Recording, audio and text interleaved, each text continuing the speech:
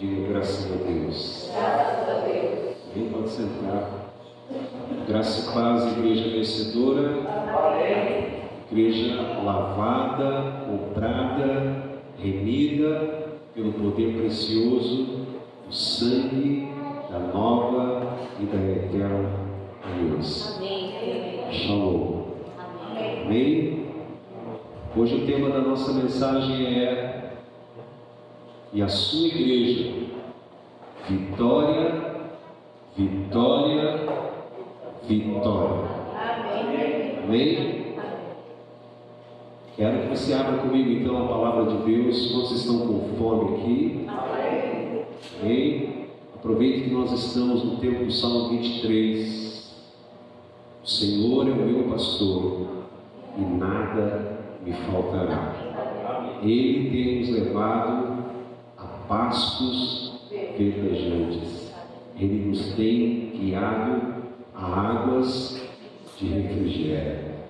Amém? Poderia citar o salmo todo aqui, mas quero pegar o texto, verso 6 também, para dizer: bondade e misericórdia certamente nos seguirão todos os dias das nossas vidas, e habitaremos na casa do Senhor para sempre. Amém.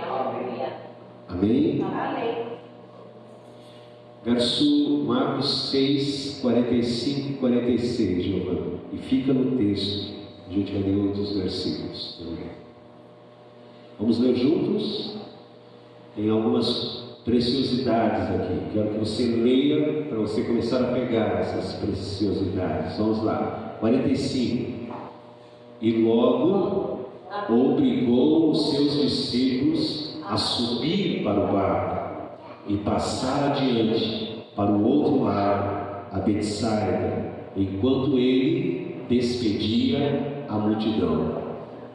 E tendo-os despedido, foi ao monte orar. Diga comigo: nada acontece, nada funciona sem a interferência da oração.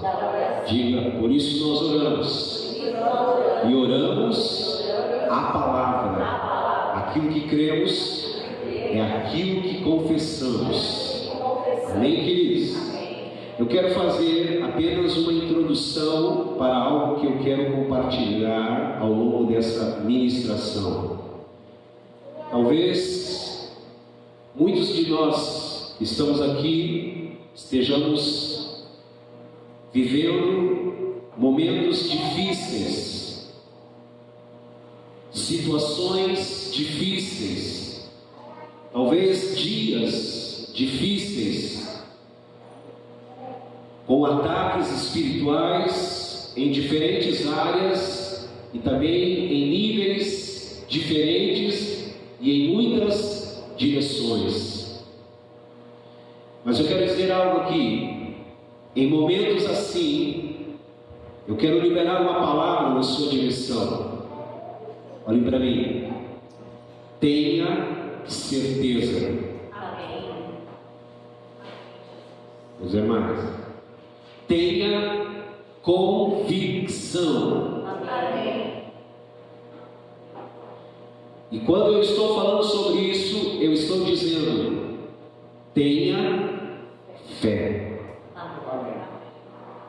E o que é fé? É certeza, é convicção.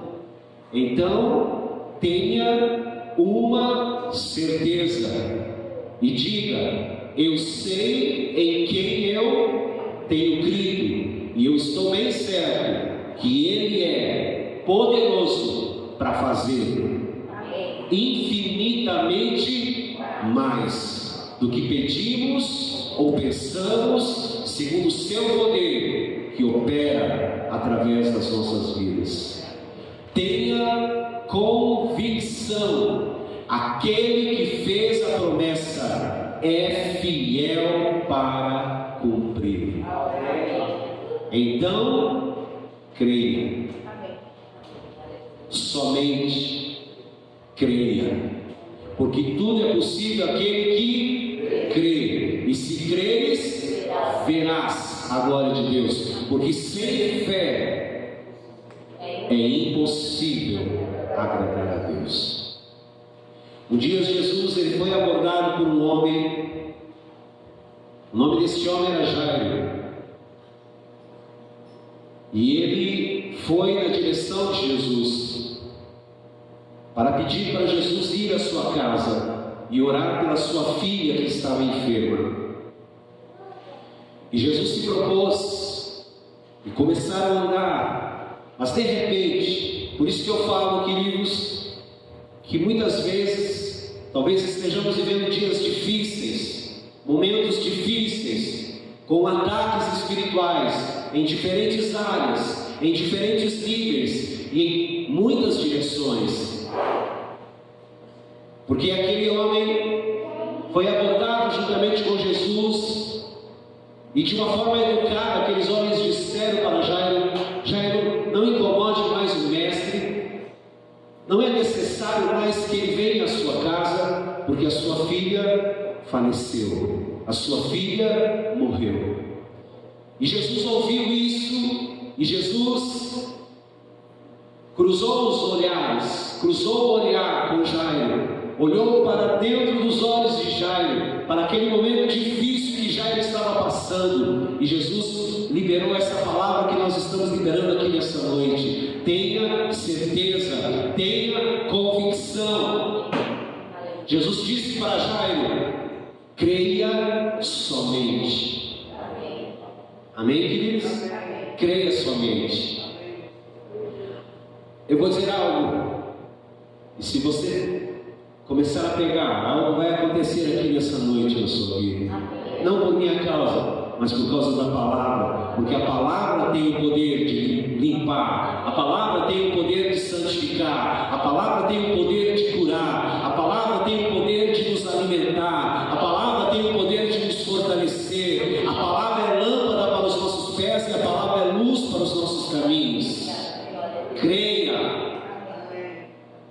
A palavra de vitória já foi liberada para você. Apocalipse capítulo 12, versículo 11 diz: eles o venceram pelo sangue do Cordeiro e pela palavra da sua declaração, do seu testemunho. Aquilo que eu creio é aquilo que eu falo. Eu hoje quero liberar essa palavra para você, sobre a sua vida, sobre a sua casa. Quantos recebem? Sobre a sua família, sobre seus empreendimentos. Ouça, mesmo que você esteja navegando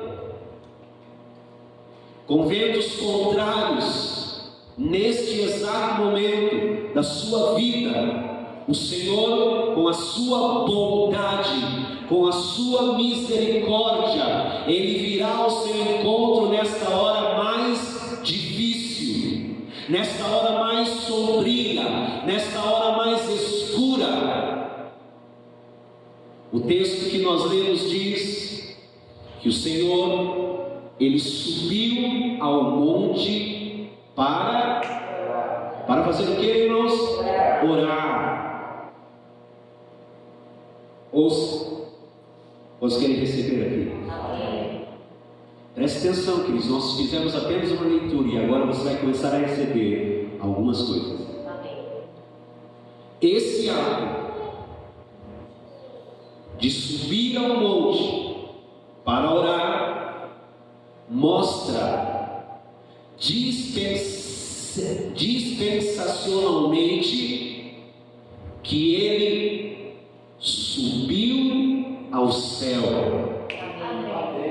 E hoje ele está à destra de Deus o Pai, o Todo-Poderoso, intercedendo por você, intercedendo por mim, intercedendo por cada um de nós, porque Ele é o nosso sumo sacerdote. Entretanto, eu disse o que agora?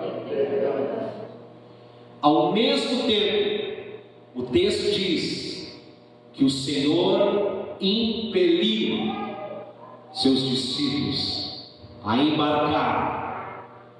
O texto dá a ideia de que eles mesmos não queriam ir, mas foram impelidos. Olhe para mim. Hoje, nós navegamos nas águas deste mundo e todos os dias nós vivemos essa mesma realidade. Versículo 47 e 48 do texto de Marcos, capítulo 6. Vamos ler? E sobrevindo a tarde, estava o barco no meio do mar e ele sozinho em terra. E vendo que se fatigavam a remar, porque o vento lhes era contrário, perto da 4ª vigília da noite, aproximou-se deles, andando sobre o mar, e queria passar-lhes adiante. Ouça, uma vez navegando, diz a Escritura Sagrada que eles estavam remando contra o vento. Os ventos, diz o texto, eram contrários. É como, ouça isso que eu vou dizer, receba. É como a imagem da igreja caminhando no mundo hoje. A Bíblia diz que não devemos ser jogados de um lado para o outro ou ser levados de um lado para o outro por todo o vento de doutrina. Mas infelizmente essa tem sido a história de muitos, enquanto navegam neste mundo, são levados por todo o vento de doutrina. O problema disso é que a doutrina, ouça o que eu vou dizer agora, a doutrina errada produz uma crença errada. A crença errada, por sua vez, produz uma vida errada. Sempre que você tem uma emoção errada, isso é sinal claro de que você teve um pensamento errado. Quando você sentir medo, quando você sentir preocupação, quando você sentir ansiedade em algum momento, quantos já sentiram medo aqui? Quantos já sentiram preocupações? Quantos já se sentiram ansiosos?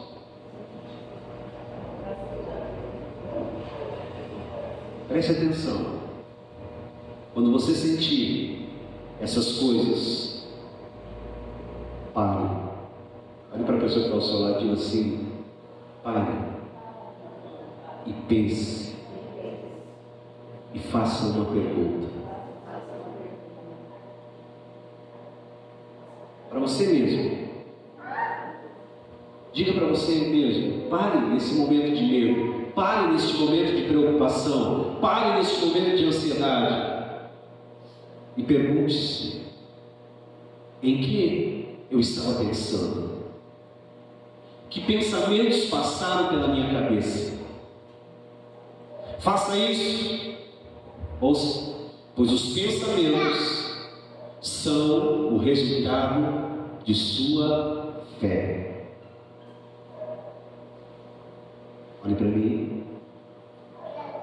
Quantos estão recebendo? Quem? Quantos estão recebendo? Amém. Quantos querem mais? Quantos querem mais? Amém. A quarta vigília. O texto fala sobre isso. A quarta vigília era o horário mais escuro, na hora mais sombria da vida dos discípulos. Preste atenção, queridos. Jesus não os deixou sozinhos, mas veio até eles como? Andando sobre as águas. Olha para mim. Ele veio caminhando sobre o mesmo problema que ameaçava dominá-los. Verso 48. É como se ele andasse, preste atenção no que eu vou dizer agora. É como se ele andasse. Quem andasse? Jesus. É como se ele andasse sobre a cabeça de Satanás, em sua direção, em minha direção, em nossa direção. É como andar, é como caminhar em cima do seu problema familiar, é como caminhar em cima do seu problema financeiro, em sua direção. Vocês estão aqui? É como caminhar sobre a sua enfermidade ou doença, em sua direção. Verso 49 ao 50. Vamos ler juntos? Mas quando eles ouviram andar sobre o mar, cuidaram que era um fantasma e deram grandes gritos. Vocês imaginam essa cena? Sim ou não?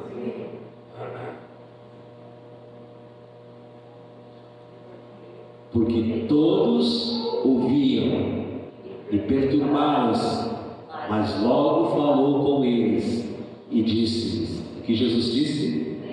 Tende bom ânimo, sou eu, não temais.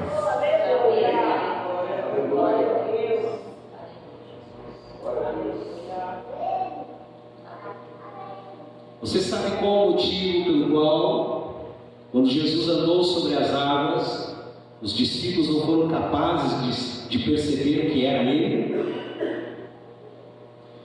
Talvez você possa dizer, certamente porque estava muito escuro. Sim, eu posso concordar. Era a hora mais escura da noite, chamada pelo texto de a quarta vigília. E eles pensaram ter visto um fantasma. Entretanto, eu disse o que é agora? Pegue essas pausas minhas, queridos. Quando ele diz, sou eu, não tenham medo, tenham bom ânimo. A Bíblia diz que o medo que eles tinham não era por causa dos ventos. A Bíblia diz que o medo que eles tinham não era por causa das ondas. A Bíblia diz que eles temiam vê-lo. E essa é a razão, diz a palavra de Deus. Versos 51 e 52. Vamos ler? E subiram para o barco para estar com eles. E o vento, o que aconteceu com o vento?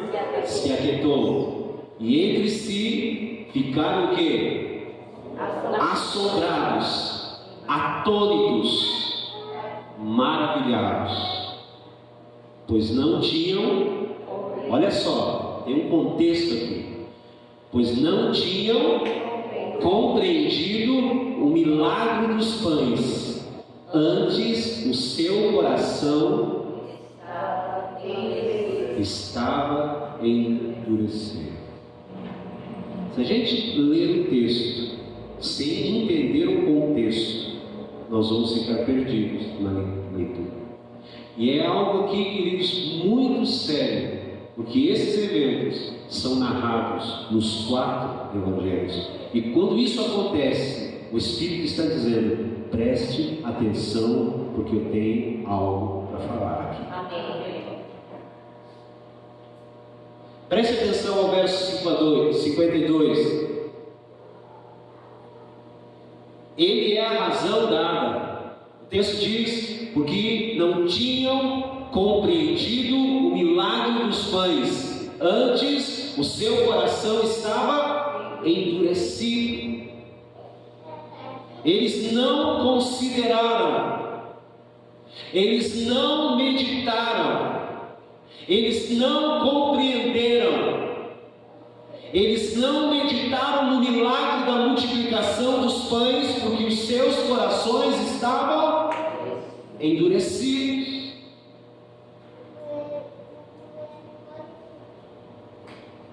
Uma pergunta: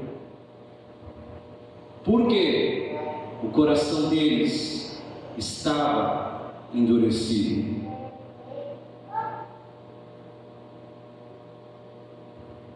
Olhe para mim. Por que não meditaram no milagre dos pães? Diz a Bíblia.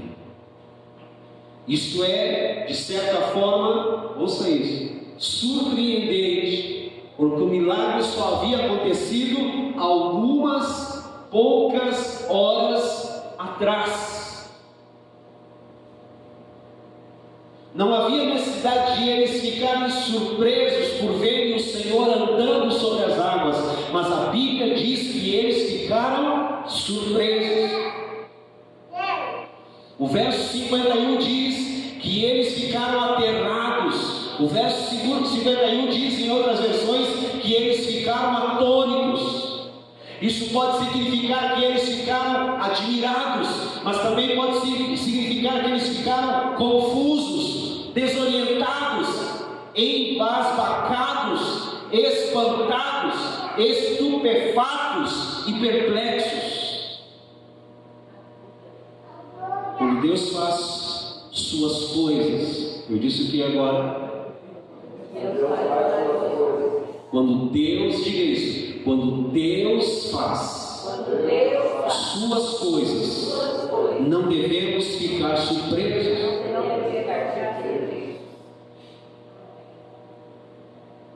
Claro que devemos, queridos, dar louvor ao seu nome, glória.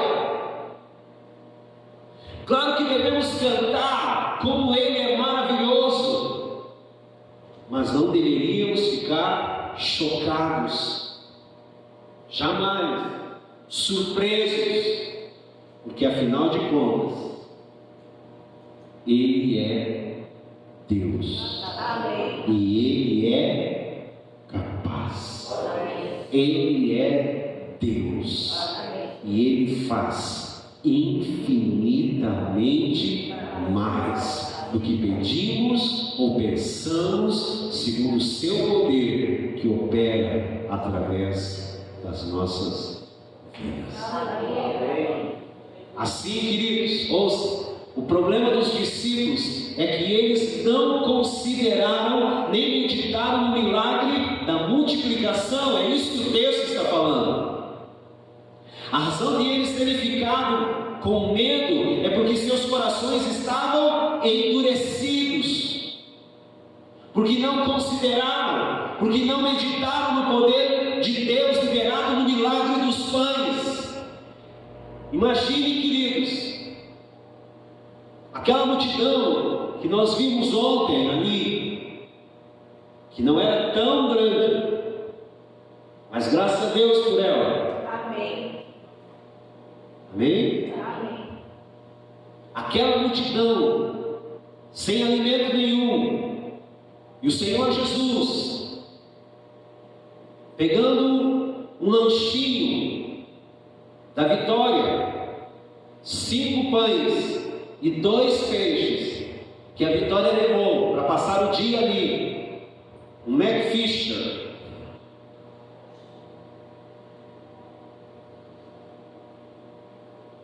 Bem, 5.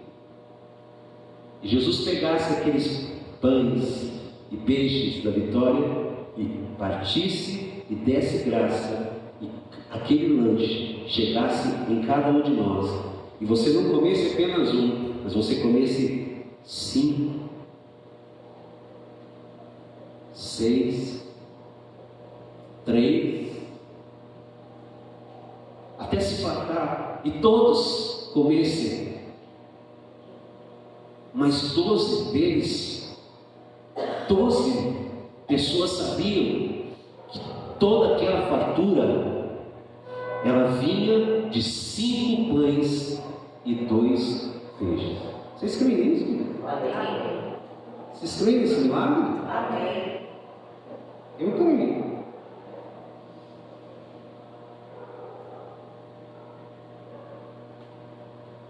O evento, a multiplicação dos pães, está intimamente relacionado com o milagre de andar sobre as águas. Esse evento não está desconectado. Esses 2 milagres estão contados em 3 dos evangelhos. A multiplicação dos pães é o único milagre relatado em todos os 4 evangelhos. Marcos, se você quiser anotar para ler depois, capítulo 6, versículo 30 ao 44. Lucas, capítulo 9, versículo 10 ao 17. Mateus, capítulo 14, verso 13 a 21. E João, capítulo 6, verso 1 ao verso 14. Isso certamente nos mostra, irmãos, que há uma importância aqui muito grande, que há uma revelação aqui muito grande espiritual, e é uma forma de que o Espírito quer nos dizer que devemos nos atentar para esses eventos. Há algo muito significativo nele que o Senhor quer que eu e você saibamos. Preste atenção. Sendo o único milagre relatado nos 4 evangelhos, ele se torna um padrão espiritual, por meio do qual o Senhor nos aponta uma série de verdades espirituais. Com apenas 5 pães e 2 peixinhos, o Senhor foi, aleluia, capaz de alimentar mais de 5.000 pessoas. Ele é Deus? Ele pode? Amém. Amém. Todo ser que respira, Ele é Deus? Amém. Ele é capaz? Amém. Ele pode? Amém. Você não duvida?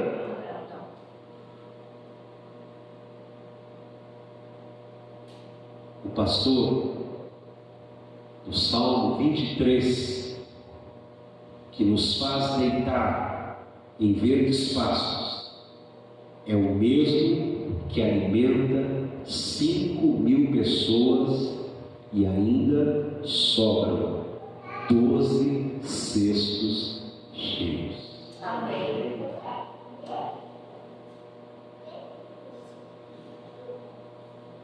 A primeira coisa para a qual nós precisamos atentar no milagre da multiplicação dos pães é que ele aconteceu depois que o Senhor Jesus foi rejeitado.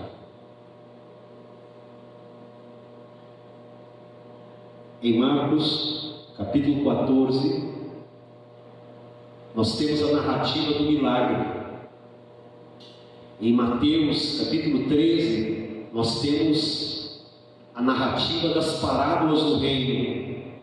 Mas em Mateus 12, há o relato sobre a rejeição do Senhor por Israel. Observe que esse milagre da alimentação de 5.000 pessoas, mencionados em todos os 4 evangelhos, não apenas nos evangelhos sinópticos, mas em todos os 4, incluindo o evangelho de João. Por que este milagre entre todos? Preste atenção nisso. Porque este milagre entre todos os que o Senhor fez está descrito nos 4 evangelhos. Por quê? Deve haver algo muito significativo. Eu vou dizer algo para você. E o Espírito Santo, que é o Deus que nos ensina e nos instrui, que nos revela, que testifica ao nosso coração, Ele deseja que eu e você saibamos. E eu creio que é para essa época que nós estamos vivendo que o Senhor quer trazer essa revelação. Amém. O milagre do Senhor andando sobre as águas é sempre mencionado depois da multiplicação dos pães. Esses 2 milagres sempre são contados juntos. A alimentação de 5.000 e Jesus andando sobre as águas acontecem após a rejeição dele como Messias pelo povo de Israel. Em Mateus 12, o Senhor se apresenta como aquele que é maior que Salomão. E Ele é ou não é? Sim ou não? Sim. Vamos ler esse texto? Mateus 12, versículo 42. E esse, queridos, é o primeiro nível de rejeição, pois mostra que o Senhor não era reconhecido em sua autoridade. Mas eu posso dizer hoje aqui, Ele tem todo o poder, Ele tem toda a autoridade no céu e na terra. Amém. E Ele está aqui. Amém. E ontem nós ouvimos pessoas declarando que Ele é o Senhor desta nação, que Ele é o Senhor deste estado, que Ele é o Senhor desta cidade. Mateus 12, versículo 42, vamos ler. A rainha do sul se levantará no juízo com esta geração e a condenará, porque veio dos confins da terra para ouvir a sabedoria de Salomão. E eis que aqui está quem é maior do que Salomão. Jesus é maior. Grande é o Senhor. Amém. Depois, no mesmo capítulo, ele se refere a si mesmo como o maior sacerdote. Na verdade, ele se declara maior que o próprio templo. Aquele que é maior que o templo é também maior que o sacerdócio e todos os sacrifícios oferecidos ali. Mateus 12, versículo 6. Vamos ler esse versículo. Mateus 12, 6. Pois eu vos digo que está aqui quem é maior que o templo. Quem é maior que o templo? Jesus.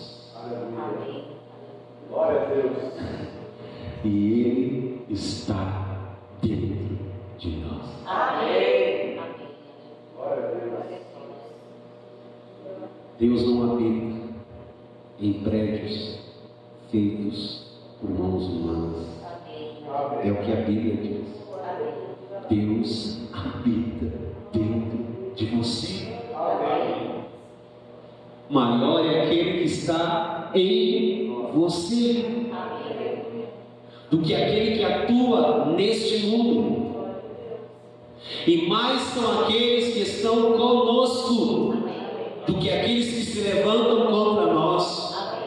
O Deus eterno é a nossa habitação. O Espírito do Senhor está unido ao nosso espírito, e o nosso espírito está unido ao Espírito do Senhor, e os braços eternos do Senhor estão por debaixo de cada um de nós, e Ele nos diz que lança diante de nós os nossos inimigos, e diz a cada um de nós, porque Ele nos deu poder e autoridade também, destrói-os.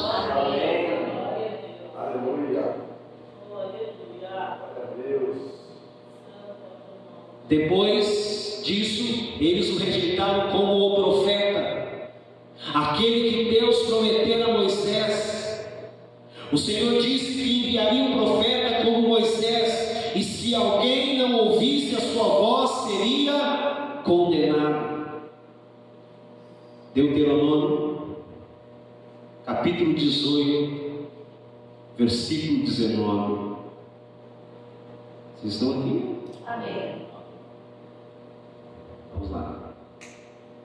E será que qualquer que não ouvir as minhas palavras, que ele falar em meu nome, eu o requererei dele. Verso 18, né?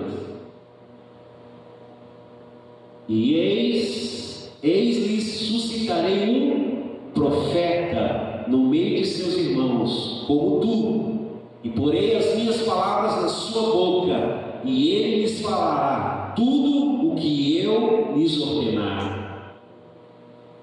E será que qualquer que não ouvir as minhas palavras, que ele falar em meu nome, eu o requererei dele. Deus está falando de seu Filho Jesus. Esse profeta veio, e seu nome é Jesus. E eles o rejeitaram como profeta, a voz de Deus para a nação de Israel. No mesmo capítulo, o Senhor diz que alguém maior que Jonas estava ali, e eles o rejeitaram.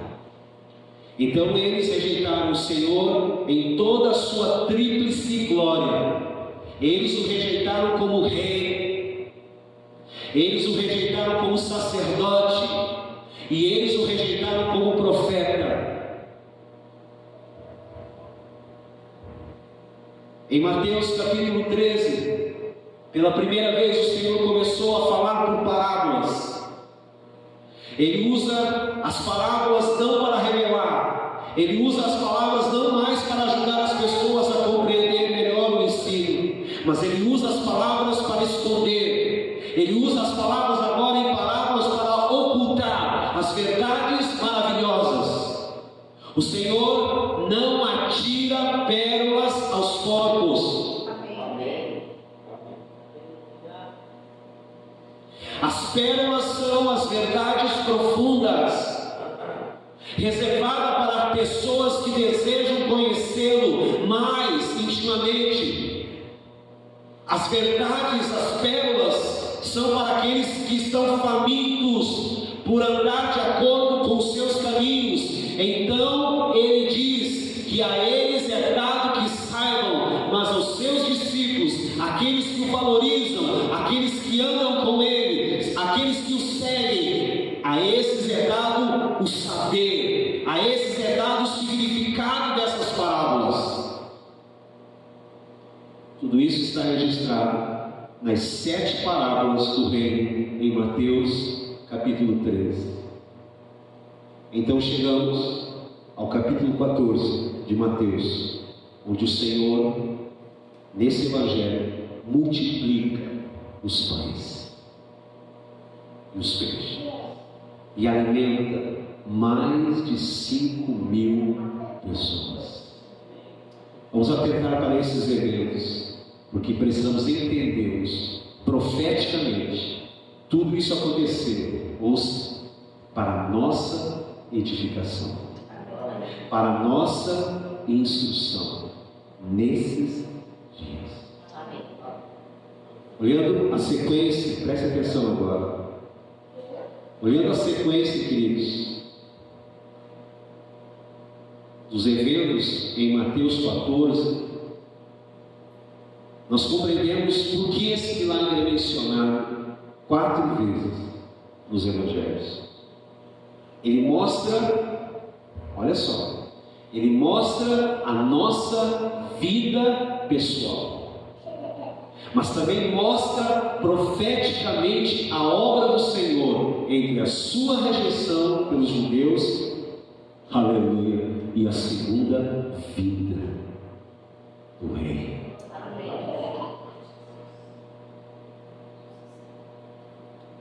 Enquanto o Senhor não volta, enquanto o Salvador não vem como Rei dos Reis e Senhor dos Senhores, o que será que Ele está fazendo agora? Eu vou dizer algo aqui que Ele está fazendo. Ele está alimentando seu povo.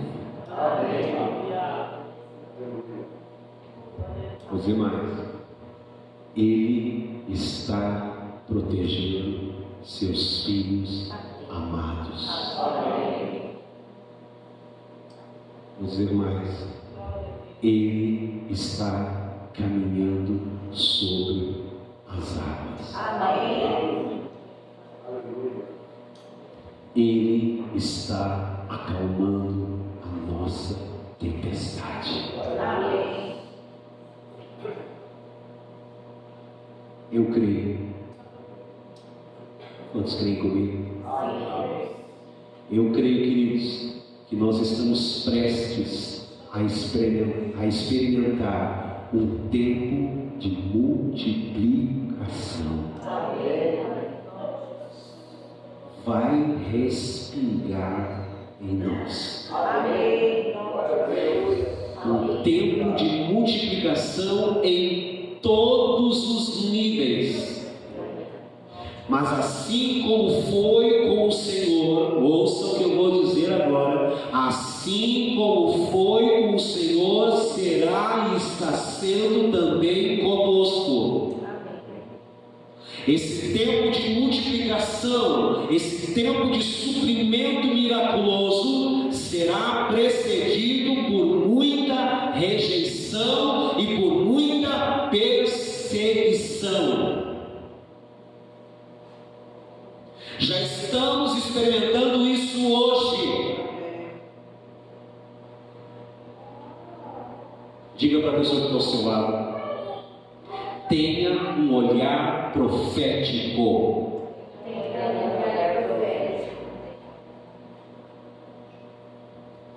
Igreja, tenha um olhar profético em toda esta situação. A palavra aqui é complicada de dizer, por isso eu preciso olhar para ela e ler. Do ponto de vista dispensacional. A primeira vez eu gostei, agora foi ver. Podemos dizer que esse tempo, que tempo, pastor? Da graça, é tempo da multiplicação dos pães. É tempo do suprimento do Senhor. Vivemos um tempo, ouça isso, entre a rejeição do Senhor por Israel e a sua volta nas nuvens.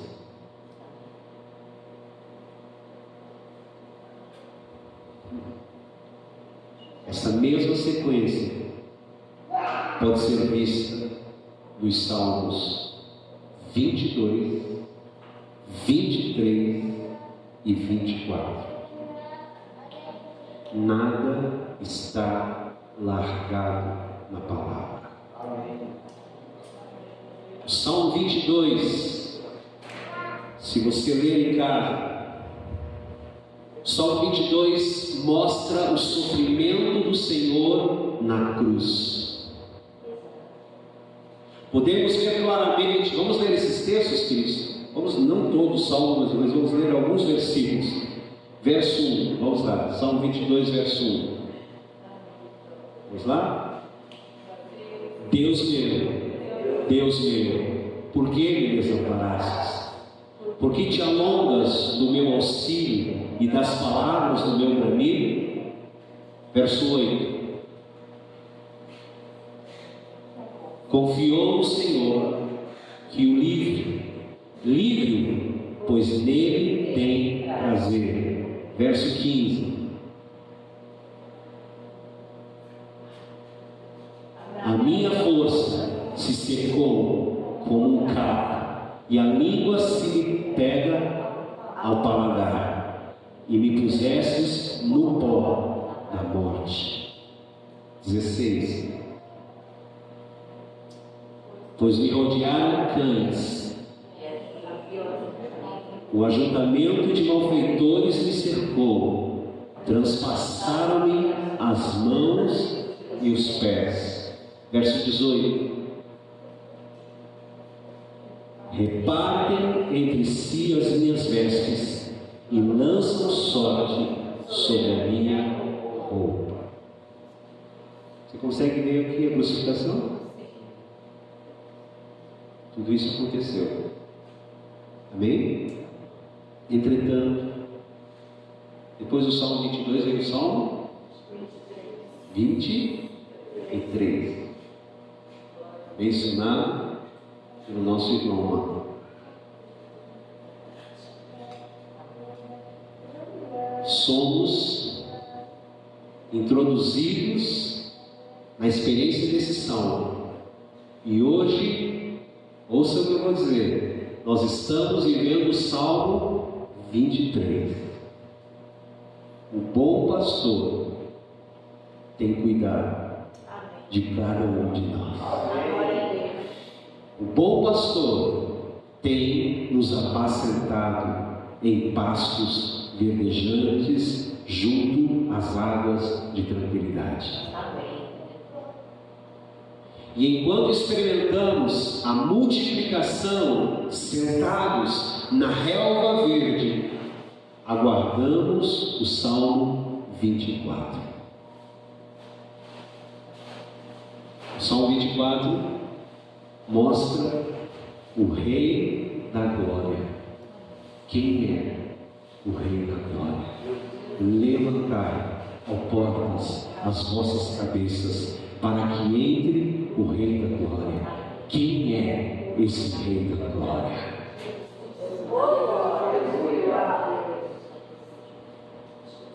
Esse será o tempo da sua volta. No milagre da multiplicação, o Senhor manda que o seu povo se sente, que o povo se sente na relva em grupos de 50. O quadro que vemos é do pastor cuidando e alimentando as suas ovelhas. João capítulo 6, versículo 10. A Escritura diz que o Senhor lhes deu pão o quanto quiseram.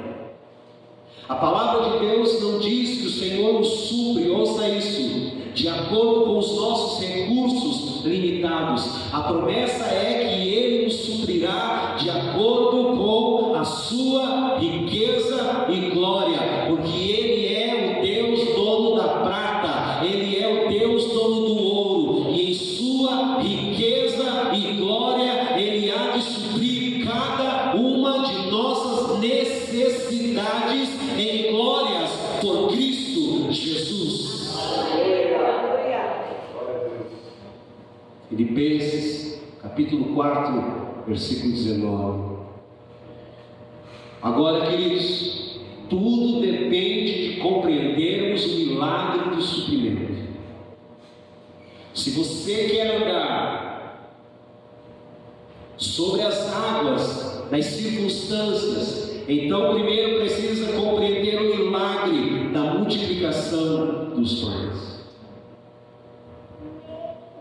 O Senhor disse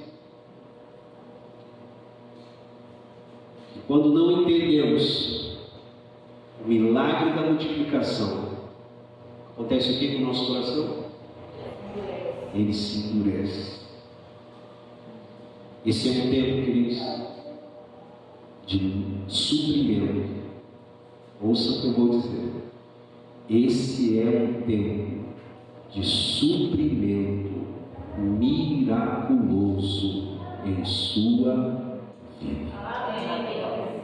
Por isso eu te convido, venha comer do pão multiplicado. Vamos ficar de pé na presença de Deus.